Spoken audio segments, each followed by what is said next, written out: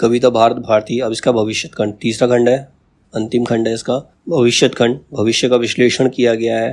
अब उसमें पहला लिखा है इन्होंने, अब परिवर्तन की जरूरत है इसलिए देश को जाग जाना चाहिए। भारतेंदु ने भी यही कहा था कि अब भी ना जागे तो पतन सुनिश्चित है।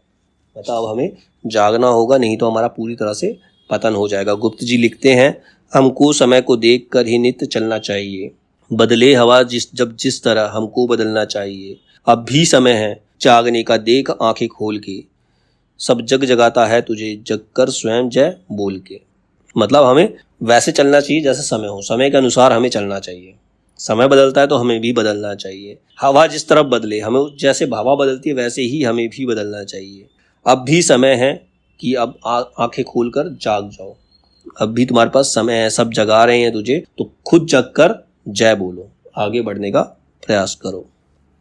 अगला प्रसंग इसमें है, देश का विकास तभी होगा जब स्वदेशी उत्पादन क्षमताओं का विकास होगा। देश का विकास कैसे हो सकता है?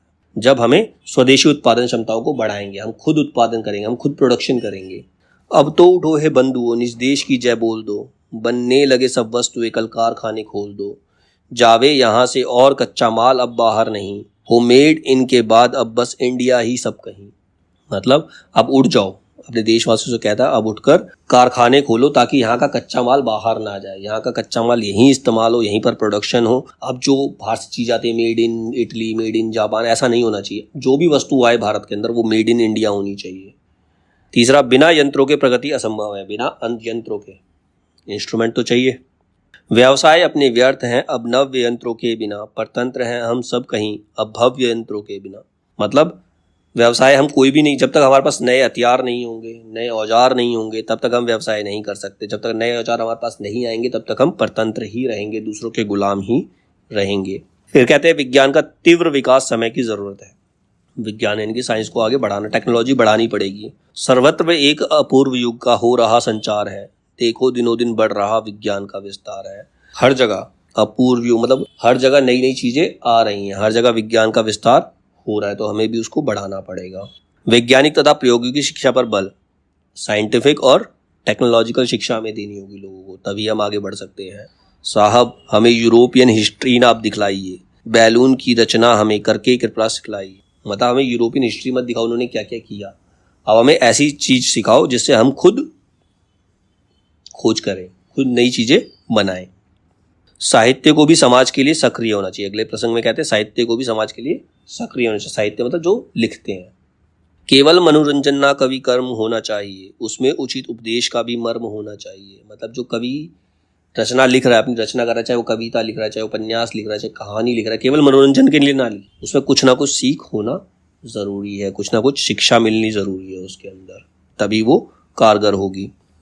फिर कहते हैं, राष्ट्रभाषा के विकास के बिना राष्ट्र कैसे एक हो सकता है। राष्ट्रभाषा का विकास, हे राष्ट्रभाषा अभी तक देश की कोई नहीं, हम निज विचार जान सके जिसमें परस्पर सब कहीं। मतलब भारत की एक ऐसी राष्ट्रभाषा होनी चाहिए जिससे सभी सहमत हो, सभी लोग उसको स्वीकार करें। फिर कहते हैं, ईश्वर से प्रार्थना है कि भारत का कल्याण करे, इस देश को है दीन बंधु आप फिर अपनाइए, भगवान भारतवर्ष को फिर पुण्य भूमि बनाइए। मतलब भगवान से प्रार्थना की है कि हम लोगों को, हम दीन बंधु हैं, हम सब आप ही के सेवक हैं, हमें फिर से अपना लो और हमें आगे बढ़ने की प्रेरणा दो और हमारी भारत भूमि को फिर से पुण्य भूमि बनाने में हमारी सहायता करो। ये भगवान से प्रार्थना की है। भारत भारती अपने समय की राष्ट्रीय चेतना के उद्बोधन की दृष्टि से अत्यंत सफल कविता साबित हुई। हालांकि सूक्ष्म विश्लेषण करने पर उसकी संवेदनाएं कुछ सीमाओं से ग्रस्त दिखाई पड़ती है, मतलब उसकी कुछ लिमिटेशंस भी हैं। अब लिमिटेशन क्या क्या है? अंग्रेजों की आलोचना तो पर्याप्त की गई, उनके राज्य के समय जो गरीबी व अकाल जैसी स्थितियां थी उन पर भी गुप्त जी ने पर्याप्त लिखा, किंतु पूरी रचना में कहीं भी गरीबी इत्यादि समस्याओं के कारण के तौर पर अंग्रेजों की पहचान स्पष्ट रूप से नहीं हो पाई। मतलब पूरी तरह से उनको जिम्मेदार उन्होंने नहीं ठहराया। इसीलिए कई विचारकों ने इस रचना पर प्रखर राष्ट्रीय भावना न होने का आरोप लगाया है। यह वही समस्या है जो भारतेंदु के साहित्य में भी दिखती है। गुप्त जी ने अंग्रेजों की प्रशंसा तो उसी प्रकार की, किंतु उतनी सीधी चोट नहीं कर पाए जैसे भारतेंदु कर रहे थे। किंतु यह उनकी सीमा ना होकर उनकी रणनीति भी हो सकती है, क्योंकि अगर ऐसा वो करते तो उनकी रचना लोगों के सामने आ ही नहीं पाती। प्रख्यात समाजशास्त्री एम.एन. श्रीनिवास ने कहा कि यह द्रुंगापन तत्कालीन बुद्धिजीवियों की रणनीति थी, जरूरत थी। गुप्त जी को एक और पुस्तक को प्रतिबंध से बचाना था तो दूसरी ओर राष्ट्र का उद्बोधन करना था। संभवतः इसीलिए अंग्रेजों का विरोध साफ तौर पर उन्होंने नहीं किया। अगर वो अंग्रेजों का ज़्यादा विरोध कर देते तो उनकी पुस्तक लोगों के सामने आती ही नहीं, उसको वहीं बंद कर दिया जाता। दूसरा कारण क्या है इसमें, भारत भारतीय अपने समय के आंदोलन को भी वर्णित नहीं करती। उस समय जो आंदोलन चल रहे थे उसके बारे में भी नहीं बताया। यह वही समय है जब कांग्रेस का महत्व बढ़ता जा रहा था। बंग भंग व स्वदेशी आंदोलन हो चुके थे, तिलक स्वराज्य का नारा दे चुके थे और क्रांतिकारी आतंकवाद का पहला दौर भी आ चुका था। ये सभी प्रसंग भारत भारती में नरादर्द है, मतलब इन सब के बारे में नहीं बताया उन्होंने। पर इसका कारण शायद यह है कि गुप्त जी अतीत व वर्तमान में गहरा कंट्रास्ट दिखाना चाहते थे। यदि वह इन सभी घटनाओं का जिक्र करते तो संभवतः वह नाटकीय अंतर विरोध ऊपर उभर नहीं पाता जो पाठक की चेतना को झकझोर सके, क्योंकि यहाँ पर ही कई नायक थे। अगर स्वतंत्रता आंदोलन के बारे में लिखते तो उसमें भी बहुत सारे नायक थे जैसे हमारे अतीत में थे, तो वो माहौल नहीं बना पाते, इसीलिए उन्होंने उसको नहीं लिखा। गुप्त जी की मूल दृष्टि वैष्णवी संस्कारों से निर्मित है, इसीलिए समाज के सभी वर्गों के प्रति उनकी संवेदनशीलता विकसित नहीं हो पाती। मतलब जो लोग क्रिश्चियन हैं, तमिल हैं, मोहम्मडन्स हैं, वो लोग उनको नहीं अपनाते। उदाहरणतः पूरी रचना में दलितों या शूद्रों की स्थिति पर कोई गंभीर चर्चा नहीं दिखती। एक आध प्रसंगों में वे जातिवाद पर टिप्पणी जरूर करते हैं, किंतु समाज की इतनी बड़ी समस्या का सूक्ष्म चिंतन नहीं मिल पाता। इसी प्रकार नारी वर्ग के प्रति भी उनका दृष्टिकोण यथार्थ परक ना होकर रोमानी किस्म का है। वे नारी को उदात्त भावनाओं की प्रतिमूर्ति समझते हैं, एक सहज व्यक्ति के रूप में उन्हें परिभाषित नहीं करते। मतलब उन्होंने नारी को पुरुष के साथ ही दिखाया, नारी की अलग से कोई स्वतंत्रता नहीं दिखाई उन्होंने उसके अंदर। फिर नेक्स्ट है उनका इतिहास बोध अतीत मोहग्रस्तता, रोमानियत और एक आयामी मानसिकता से ग्रस्त था, मतलब आर्यों से ज़्यादा लिंक्ड था। इसके कारण ना सिर्फ अनार्य, मतलब जो आर्य नहीं थे, नारी, बौद्ध, जैन, मुसलमान, ईसाई समुदाय कविता की मूल संवेदना से नहीं जुड़ पाते, बल्कि भविष्य के प्रति स्वतंत्र नजरिया भी विकसित नहीं हो पाता। कहीं कहीं तो लगता है कि गुप्त जी की भविष्य योजना बीते हुए अतीत को ही पुनः लौटा लाने की है। उनकी भविष्य योजना क्या है कि जैसा हमारा अतीत था वही वापस आ जाए। शमशेर बहादुर सिंह ने अपनी प्रसिद्ध पुस्तक दो आब में इस संबंध में लिखा कि भविष्यत मानो अतीत का ही प्रतिदर्पण है और वर्तमान उस अतीत का ना होना जिसकी भविष्य के लिए आकांक्षा है। मतलब उन्होंने, गुप्त जी ने जो लिखा है वो वापस उसी अतीत को लाना चाहते हैं जो वर्तमान में पॉसिबल ही नहीं है। तो ये था भविष्य खंड। अब इसकी कुछ महत्वपूर्ण पंक्तियां हैं भविष्य खंड की। कहते अब भी समय है जगाने का, देख आंखें खोल के, सब जग जगाता है तुझे, जग कर स्वयं जय बोल के। ये पहले भी लिखी थी इन्होंने कि समय है, जाग जाओ, तभी तुम आगे बढ़ सकते हो। हम कौन थे क्या हो गए, जान लो इसका पता, जो थे कभी गुरु हैं, ना है उनमें शिक्षे की भी योग्यता। मतलब हम कौन थे और क्या हो गए हैं, जो हम कभी गुरु कहलाया करते थे, आज हमारे अंदर शिष्य होने की योग्यता भी नहीं बची है। किस भांति जीना चाहिए, किस भांति मरना चाहिए, सो सब हमें निज पूर्वजों से याद करना चाहिए। मतलब जीना कैसे है, मरना कैसे है, अपने पूर्वजों से हमें सीखना चाहिए कि वो मान के लिए जिए और मान के लिए ही मरे। हे भाई यो सोए बहुत, अब तो उठो जागो अहो, देखो जरा अपनी दशा आलस्य को त्यागो अहो, कुछ पार है क्या समय के उलट फेर से ना हो चुके, अब भी सजग हो गए ना क्या, सर्वस्व तो खो चुके। तो वो लोगों से विनती कर रहा है अब तो जाग जाओ, आलस्य को त्याग दो, सब कुछ तो खो चुके हो, अपना सब कुछ खो चुके हो, अब भी नहीं जागे तो फिर कब जागोगे। संसार की समरस्थली में धीरता धारण करो, चलते हुए निज इष्ट पथ पे संकटों से मत डरो, जीते हुए भी मृतक सम रहकर न केवल दिन भरो, वर वीर बनकर आप अपनी विघ्न बाधाएं हरो। कह रहा संसार की समरस्थली में, समरस्थली मतलब ये संसार क्या है, एक युद्ध भूमि है। हर व्यक्ति के लिए संसार जो है युद्ध भूमि है। यहाँ पर धैर्य धारण करो और अपने इष्ट मतलब अपने भगवान के दिखाए रास्ते पर चलते रहो और संकटों से मत डरो। मृतक के समान ना रह करके जियो, आगे बढ़ो और सभी विघ्न बाधाओं को जीतो। ठीक है। प्रत्येक जन को बंधु अपना जान लो, सुख दुख अपने बंधुओं का आप अपना मान लो। कहते जितने भी लोग हैं आसपास जो हमारे हैं, सबको अपना भाई बंधु समझो, सबको अपना दोस्त मान लो, अपना बंधु मान लो और अपने सुख दुख भुलाकर अपने सारे बंधुओं को, अपने सभी भाइयों को अपना लो। पशु और पक्षी आदि भी अपना हिताहित जानते, पर हाय क्या तुम अब उसे भी हो नहीं पहचानते।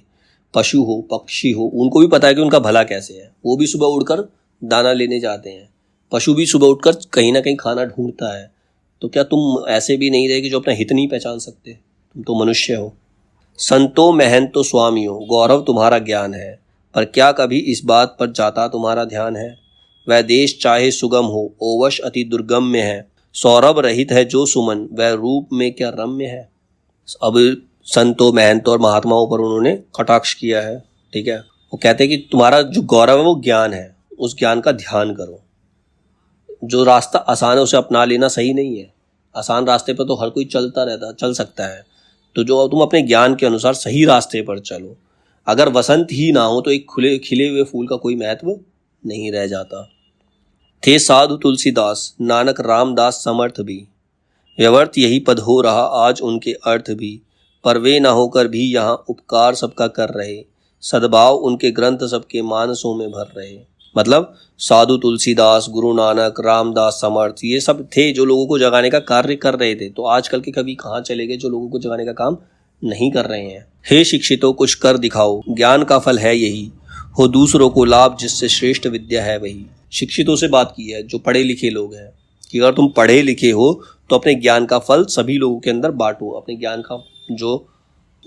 ज्ञान का लाभ सभी को दो, अपने ज्ञान का लाभ सभी को दो। वही विद्या श्रेष्ठ होती है जो दूसरों के लाभ के लिए इस्तेमाल की जाती है, वरना विद्या बेकार है। निस्वार्थ निर्भय भाव से निज नीति पर निश्चल रहो, राष्ट्रीय वयम जागृयाम प्रोहिता स्वाहा कहो। मतलब निस्वार्थ भाव से और निर्भय, अब निर्भय होकर निस्वार्थ भाव से अपनी नीति पर अटल रहना चाहिए, अपने कार्य पर अटल रहना चाहिए और भारत माता की जय और राष्ट्र की जय बोलते हुए आगे बढ़ते रहना चाहिए। करते रहोगे पिष्ट पोषण और कब तक कविवरो, कचकूच कटाक्षों पर अहो अब तो ना जीते जी मरो। है बन चुका सुचियच सुचि, अब बता कुरुचि को छोड़ो भला, अब तो दया करके सुरुचि का तुम न यूं घोटो गला। कवियों से कह रहा है कि अपनी जो रचनाएं हैं उन पर ध्यान दो, जो लोगों के फायदे के लिए, लोगों को शिक्षा दे, ऐसी रचनाएं करो और अपने काम वासनाओं से, अपने श्रृंगार रस से बाहर निकलो। आनंद दात्री शिक्षिका है सिद्ध कविता कामिनी, है जन्म से ही वह यहाँ श्री राम की अनुगामिनी। पर अब तुम्हारे हाथ में है वह कामनी ही रह गई, ज्योत्सना गई देखो अंधेरी यामिनी ही रह गई। आनंद दात्री शिक्षिका है।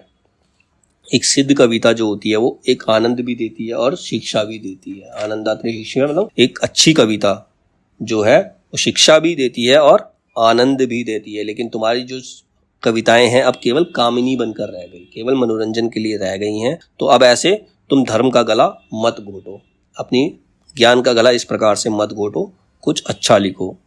मृत जाति को कवि ही जिलाते रस सुधा के योग से, पर मारते हो तुम हमें उल्टे विषय के रोग से। कवियों उठो अब तो अहो, कवि कर्म की रक्षा करो, सब नीच भावों का हरण कर उच्च भावों को भरो। मतलब वो साहित्यकारों कवियों को ही बोल रहा है कि अपने कर्म की रक्षा करो। तुम्हारा कर्म क्या उसको याद करो। तुम्हारा कर्म है लोगों को जगाना, लोगों को शिक्षा प्रदान करना। मनोरंजन देना कर्म है, लेकिन उसके साथ साथ एक अच्छी शिक्षा देना भी तुम्हारा कर्म है। सब में प्रथम कर्तव्य है शिक्षा बढ़ाना देश में, शिक्षा बिना ही पढ़ रहे आज सब क्लेश में। शिक्षा बिना कोई भी बनता नहीं सत्पात्र है, शिक्षा बिना कल्याण की आशा दुराशा मात्र है। मतलब सबसे पहला कर्तव्य क्या है? शिक्षा को बढ़ाना। अगर शिक्षा नहीं होगी तो कोई भी आगे बढ़ नहीं सकता, कोई भी संघर्ष नहीं कर सकता, कोई भी अपनी रक्षा नहीं कर सकता। शिक्षा ही एक सत्पात्र, एक अच्छा पात्र निर्मित करती है। अगर शिक्षा नहीं है तो जो भी हमारी भविष्य से आशा है वो निराशा बनकर ही रह जाएगी। इस योग्य है हिंदी तद्यपि अब तक निज पद पा न सकी, भाषा बिना भावेकता अब तक हम में आ ना सकी। मतलब हिंदी में योग्यता है लेकिन उसे अपना पद अभी तक प्राप्त नहीं हुआ, उसे राजभाषा का पद नहीं मिला। उस समय हिंदी जो थी राजभाषा नहीं थी, अंग्रेजी राजभाषा के रूप में इस्तेमाल होती थी। तो ऐसी भाषा राजभाषा होनी चाहिए जो सबको समझ में आए, सब लोग उसके पक्ष में रहें। तो ये था इनका भविष्य खंड।